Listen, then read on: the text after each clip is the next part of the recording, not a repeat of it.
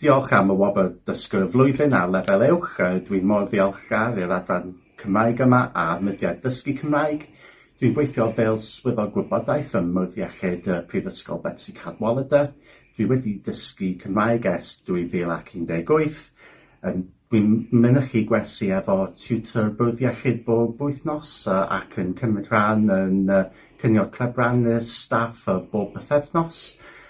Mi nes I fynychu gwrs Nant Gwrtheuyn y llynedd hefyd, ac ar hyn o bryd dwi'n gweithio ar dystysgrif sgiliau iaith.